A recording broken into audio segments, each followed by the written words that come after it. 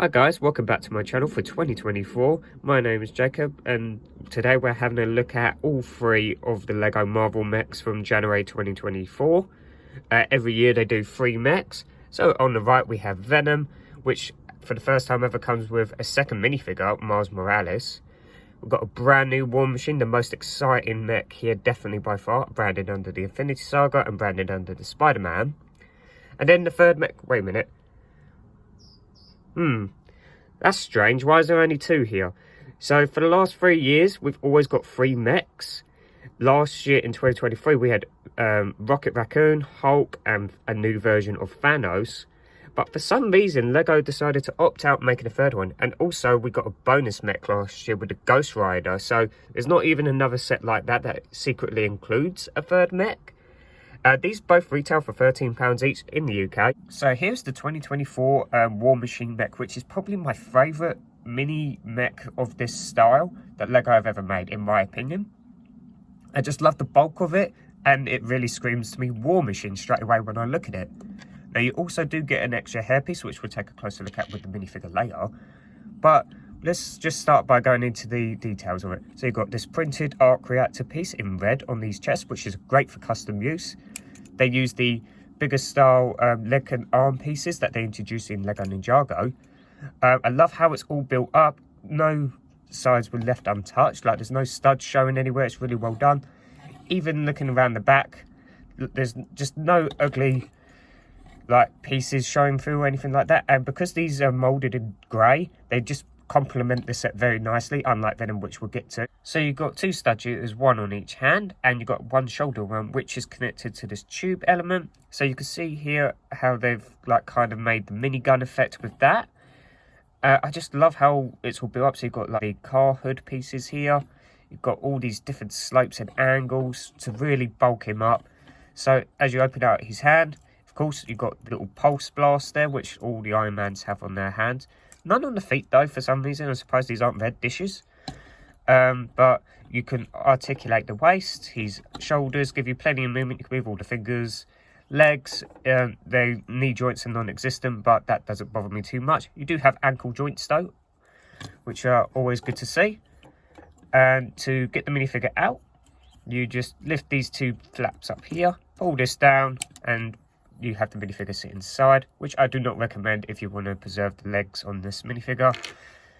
So that's what it looks like with him no longer in there. This little thing on the back was very random, so you can store some extra stud shooters in there, as you can see. So here it is, the Venom mech. I nearly didn't buy this set because there was no exclusive minifigures, but I have every other Venom LEGO build, so I thought I might as well complete the collection and also do this little double review, because these reviews with all the mechs always seem to do quite well on my channel.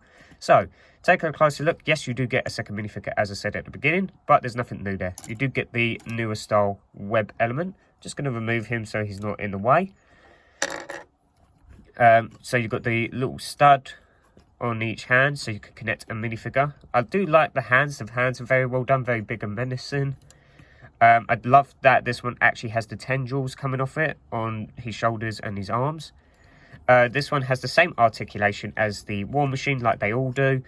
Now, as I pointed out earlier, the dark grey for these pieces that they use look terrible, and it's not exactly well covered up either, or doesn't even blend in with the mech itself. Should have been recoloured in white or black just to blend in with the rest of the mech. Again, ball joints still persist as a problem. They tried their best to cover it up. The hands are pretty well done and the shoulders are really nicely bulked up. The side of the legs could have done with a bit more bulk. They're quite lanky. The feet are well done, so you can just pop the foot mech down and it won't fall over. Again, waist articulation. You can look around the back. You can kind of see here how it's all built up. For some bizarre reason, this is on a ball connection. Ball and joint connection, this web piece. I have no idea why. When I was building it, I thought it was going to attach a bigger tendril piece that I forgot existed. But nope, it just attaches the web piece, which is very weird. And as you can see, look, you've got a big grey piece here and lots of dark grey. It's just not very pleasant to look at, to be honest. Now, comparing it. So this is when mechs used to be £10, yeah? But this mech in particular came with the Spider-Man Noir minifigure in the Jet set. Well, they're basically the same height.